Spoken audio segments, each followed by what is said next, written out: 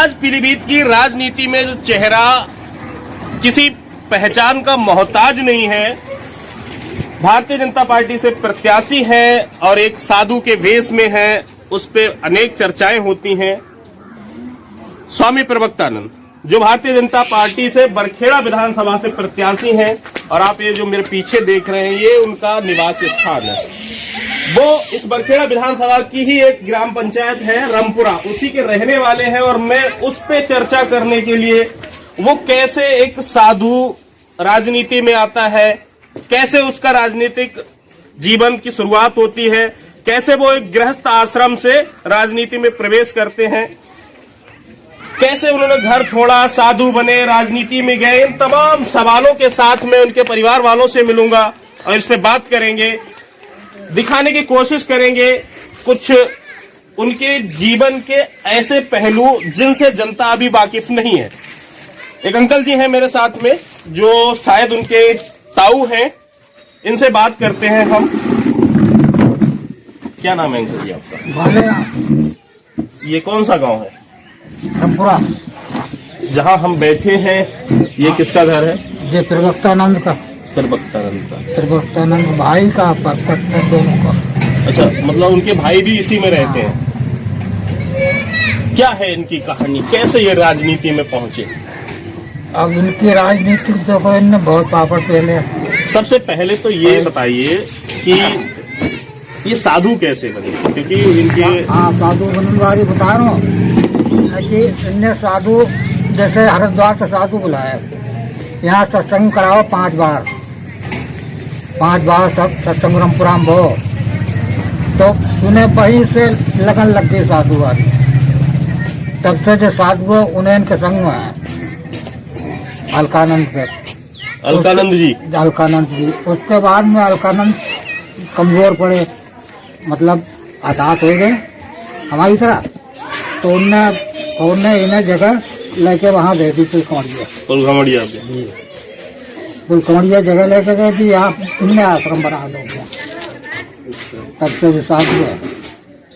नहीं तो इसके बाद जैसे ये जब साधु हो गए, इन्होंने वहाँ आश्रम बना लिया, तो फिर घर से इनका संबंध कैसे रहा? घर को कैसे, जो एक व्यक्ति पे घर की जो जिम्मेदारी होती है परिवार के रूप में, उसे इन्होंने कैसे चलाया, कैसे निभाया? वो तो इनके भैया चला रहे छोटे वाले। अच्छा, इनके छोटे भाई चला रहे हैं। इनके बच्चे कितने हैं? 2। दोनों लड़के हैं लड़की? एक लड़की है लड़का। अच्छा, वो क्या करते हैं? कुछ ना, पढ़ रहे बड़ो और पढ़ने वाला हूँ। अच्छा, पढ़ाई कर रहा हूँ। अच्छा, तो फिर राजनीति में कैसे आई? अब साहब जाकर राजनीति वाली तो देखो, वरुण गांधी संघ में इनने बहुत पापड़ भेजे, मेनका के और वरुण गांधी संघ में इनने हद कर दी।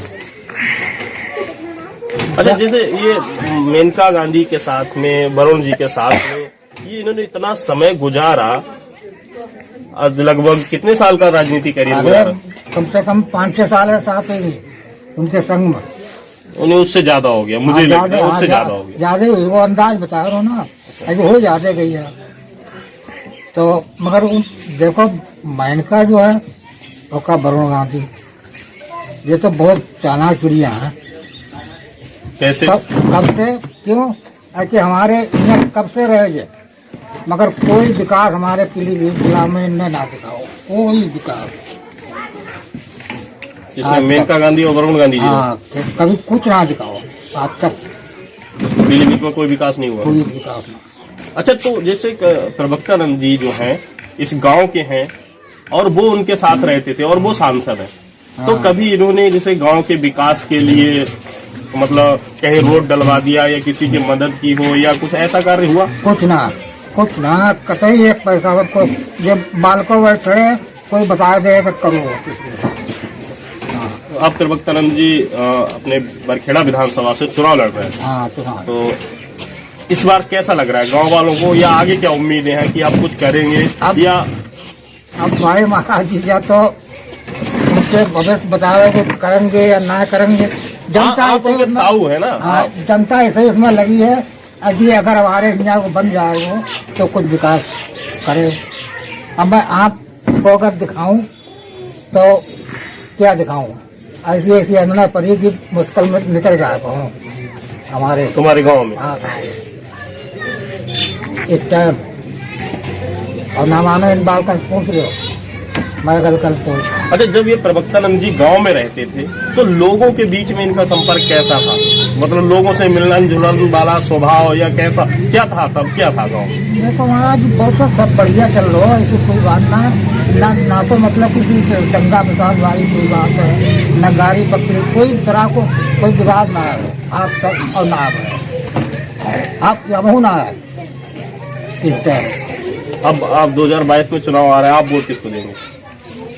हम तो आए देखो महाराज जी कमले फूल देंगे। अच्छा, तो पर तुम तो कह रहे हो इतने साल तक मेनका गांधी जी वो ये सब कमल के फूल से ही सांसद थे, तो हाँ। कोई विकास नहीं हुआ। फिर हो ना हो, मगर जो मौका हो वो तो काम पाए हो। या आपकी बार भतीजे हैं मैदान में इसलिए? भतीजे ना होते फिर भी पार्टी को वोट पार्टी का है। अच्छा, और कुछ ऐसे किस्से प्रवक्तानंद जी के जो आपको याद हो, यादगार पल वाले?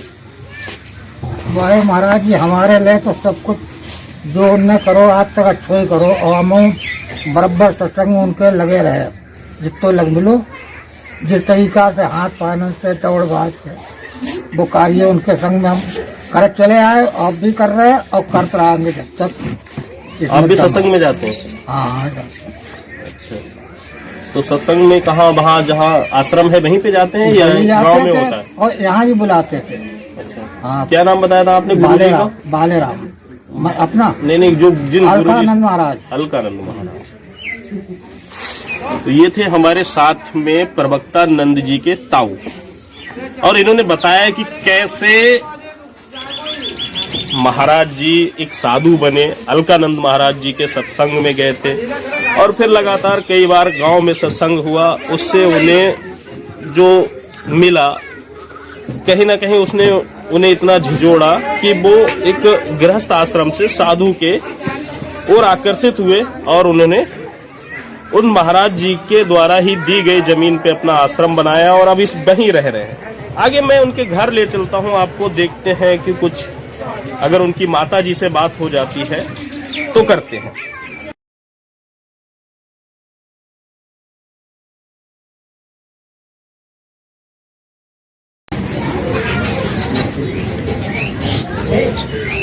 जवान लौटत ना कम लौटत है। अच्छा अच्छा, तो नाम कहीं ना कहीं माता जी से हम ज्यादा बात नहीं कर पाएंगे, वैसे स्वामी जी के अंश होने किससे हम इनकी जुबान से आपको सुनवाते, लेकिन बोलने में पूर्ण रूप से सक्षम ना होने के कारण हम उनके भाई भतीजों से बात करेंगे, और माता जी पूर्ण रूप से सक्षम नहीं है बोलने में। क्या नाम है आपका? जी सत्यम।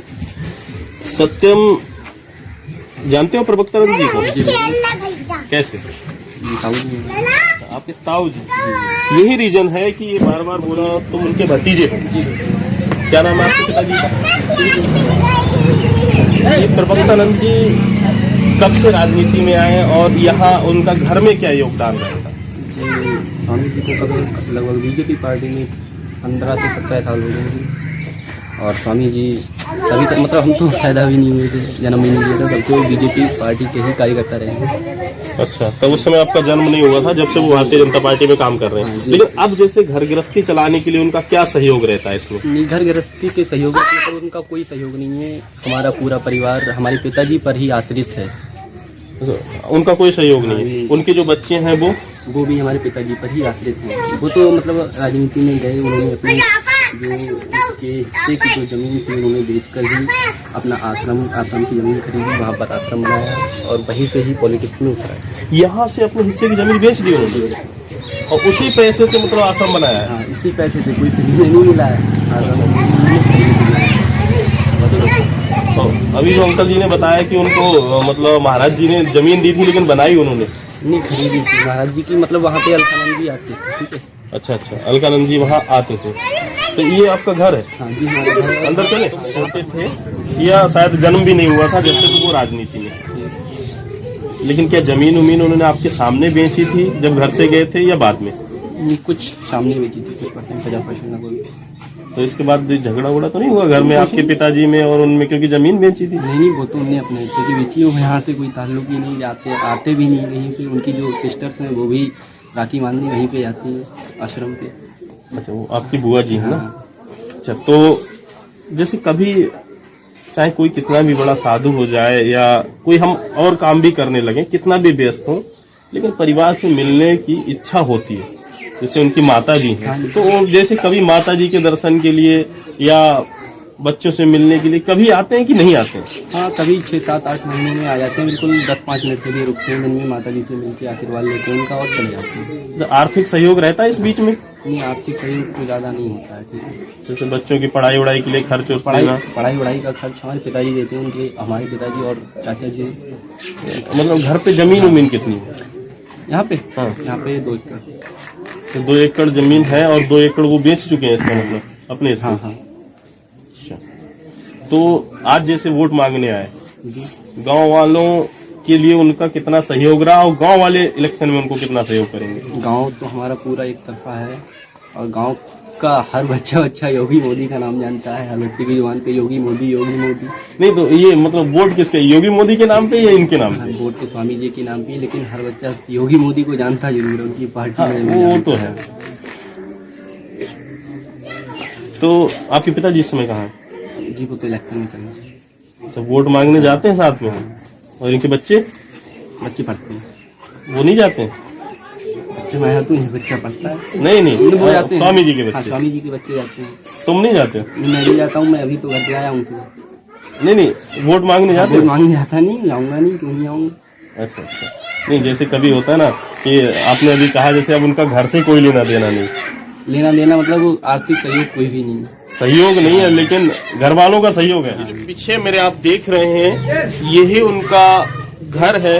अब सीधे तौर पे कहें तो उनका नहीं, उनके भाई का घर है जो घर का संचालन कर रहे हैं, और उनके बच्चे भी इसी में रहते हैं, लेकिन वो चलते जो हैं अपने भाई के अनुसार हैं। इसमें उनके जैसे कि भतीजे ने अभी बताया है कि प्रवक्तानंद जी का घर चलाने में अब कोई योगदान नहीं रहता है। और भी हम थोड़ी देर के लिए बच्चे से मिलके हैं, बात करते हैं। अभी कहा है कि पूरा गांव उनके सहयोग में है। यदि वो विधायक बन जाते हैं जी, तो आप जैसे घर वाले हैं, उनको क्या सहयोग की अपेक्षा होगी उनसे? अगर वो विधायक बनते हैं तो आपको भी लगेगा कि मेरे चाचा जी विधायक हैं या ताऊ जी विधायक हैं, तो क्या लगे? पहले तो ताऊ जी विधायक पब्लिक के लिए बनेंगे ना, तो पब्लिक की अपेक्षाएं वो पूरी करेंगे। यानी कि परिवारवाद में पहले पब्लिक है। अच्छा, ठीक। तो ये थे प्रवक्तानंद जी के भतीजे। हमने उनके एक गांव से रिलेटेड ताऊ से आपको बात कराई, उनकी माताजी से मिलाया और उनके भतीजे से जाना, जिसमें उनके शब्द थे कि यदि वो विधायक बनते हैं तो पहले वो प्रजा के लिए काम करेंगे। और एक बात बताऊं, जो साधु होता है ना, उसकी मेन पहचान ये इनका घर है और इनके घर के बीच में एक तुलसी का पेड़ है। अर्थात कहीं ना कहीं इनके घर पे भी वो जो साधु हैं उसका प्रभाव है। AHN के लिए तेजपाल वर्मा, पीलीभीत।